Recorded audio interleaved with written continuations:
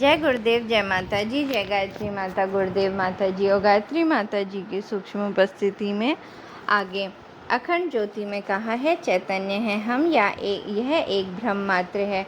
चैतन्यता या कॉन्शसनेस एक ऐसी चुनौती कही जा सकती है जिसका सम्यक समाधान वर्तमान वैज्ञानिक उपलब्धियों के परिक्षेत्र से बाहर का कहा जा सकता है। संभाव्यता यही कारण है कि वैज्ञानिकों ने इसे आज के समय की सबसे बड़ी गंभीर वैज्ञानिक चुनौतियों में सम्मिलित किया है। उनके ऐसा कहने के पीछे का कारण भी स्पष्ट है। हमारे पैर में चोट लगती है तो पैर की चोट, जो कि भौतिक घटनाक्रम है, एक चैतन्य घटनाक्रम को जन्म देता है जिसमें हम उस चोट के दर्द को महसूस कर पाते हैं। और कई बार तो किसी भौतिक घटनाक्रम की भी आवश्यकता नहीं होती और एक चैतन्य घटनाक्रम घटित हो जाता है। उदाहरण के तौर पर किसी को याद करके मन में जो भावनाएं जन्म लेती हैं उन्हें हम किसी रूप में परिभाषित करें। वैज्ञानिकों की दृष्टि में प्रश्न स्पष्ट है पर उत्तर जटिल है। प्रश्न यह है कि इन घटनाक्रमों का आधार क्या होगा। हमारे भीतर चेतनता को जन्म देने का कार्य कौन करता है। 16वीं सदी में प्रसिद्ध वैज्ञानिक डेकार्ट ने ड्यूलिज्म के सिद्धांत के माध्यम से यह कहने का प्रयत्न किया था कि इस संसार में माइंड स्टफ या मन के से संबंधित चेतनात्मक ज्ञान या और मैटर स्टफ या जड़ शरीर से संबंधित ज्ञान एक दूसरे से भिन्न है और इनमें कभी भी एकात्मता संभव नहीं है।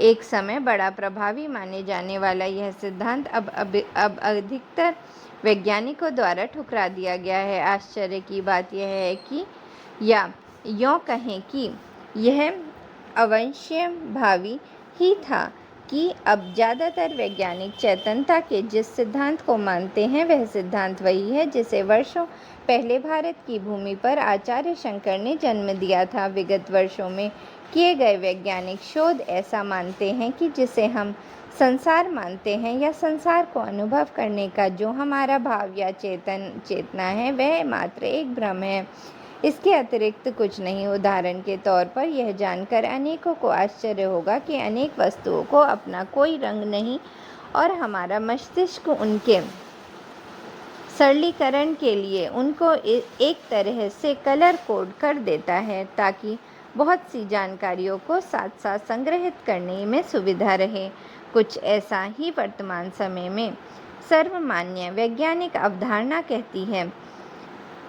टफ्ट्स विश्वविद्यालय अमेरिका के वैज्ञानिक डैनियल डेनेट कहते हैं कि जिसे हम चेतनता या अनुभव कहते हैं वह वस्तुतः मन के द्वारा पैदा किया गया भ्रम मात्र है।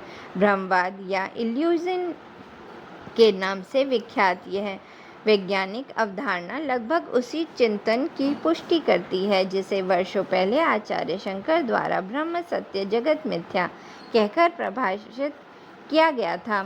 ऐसा नहीं है कि इस निष्कर्ष पर वैज्ञानिक तुरंत पहुंच गए हैं। सन 1998 में प्रसिद्ध वैज्ञानिकों में इस बात को लेकर एक शर्त लगी थी कि हमारे शरीर में चेतनता का जो केंद्र है उसे वैज्ञानिक परीक्षणों से खोजा जा सकता है। क्रिस्टोफ कॉक सहमत थे कि ऐसा संभव है, जबकि डैनियल चार्ल्स ने कहा कि ऐसा हो पाना संभव नहीं। क्रिस्टोफ के ऐसा मानने के पीछे एक कारण भी था। वो उस समय एलन इंस्टीट्यूट के निर्देशक थे जिसकी स्थापना उन्होंने डीएनए के खोजकर्ता फ्रांसिस क्रिक के साथ की थी। उनका ऐसा मानना था कि जिस तरह जीवन के आधार डीएनए को खोजा जा सकता है वैसा ही चेतनता के साथ भी संभव है। दुर्भाग्यवश ऐसा हो न सका। कभी वैज्ञानिक परीक्षणों में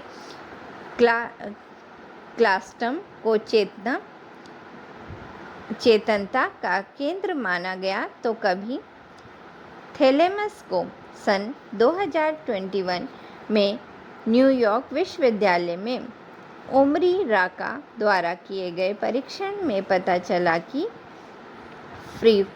फ्रंटल कॉर्टेक्स को कॉन्शसनेस का रिले सेंटर कहा जा सकता है, पर समग्र अनुभव के लिए एक एकाकी रूप में जिम्मेदार नहीं है।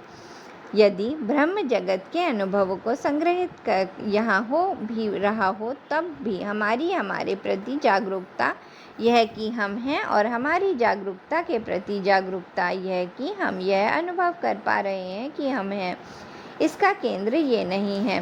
सारांश में यह कहा जा सकता है कि वर्तमान वैज्ञानिक परीक्षण ये सिद्ध करने में असमर्थ है कि हमारे अस्तित्व में कॉन्शियसनेस का भौतिक केंद्र कहाँ और क्या है।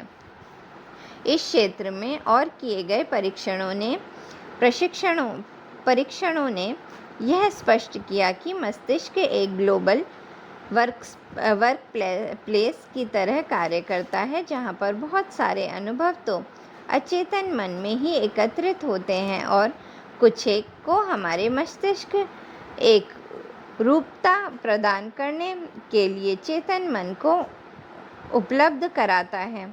इस सिद्धांत को इंटीग्रेटेड इंफॉर्मेशन सिद्धांत कहकर पुकारा गया। इस सिद्धांत को चुनौती देने वाले वैज्ञानिकों में प्रिंसटन विश्वविद्यालय के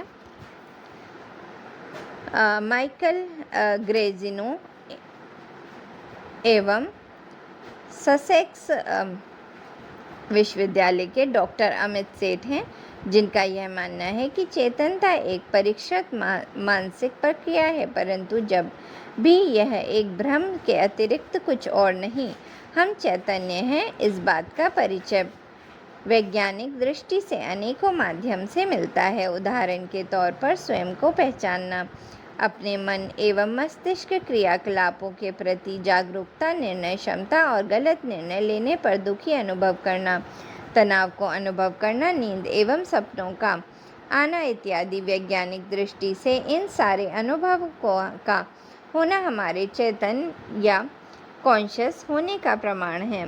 धीरे धीरे अब सभी वैज्ञानिक शोध इस ओर इशारा कर रहे हैं कि यह अनुभव एक भ्रम और इल्यूजन के अतिरिक्त कुछ भी नहीं है। भ्रम की उत्पत्ति का कारण वैज्ञानिक क्रमिक विकासवाद या इवोल्यूशन को मानते हैं, परंतु भारतीय अवधारणा इस दृष्टि के एकमात्र रही है कि संभवतया इस भ्रम का कोई भी कारण नहीं। यह भ्रम हमने माया रूपी अवधारणा के द्वारा स्वयं ही उत्पन्न किया है और अब उससे मुक्त होने का उपाय हम ढूंढ रहे हैं। वेदांत इसे मोक्ष या मुक्ति कहकर पुकारता है और संभव है कि अंततः समस्त वैज्ञानिक शोधें भी इसी एक स्थान पर या बिंदु पर आकर एकमत हो जाएं। विगत दिनों में घटनाक्रम तो कुछ ऐसा ही परिलक्षित करते हैं। जय गुरुदेव, जय माता जी।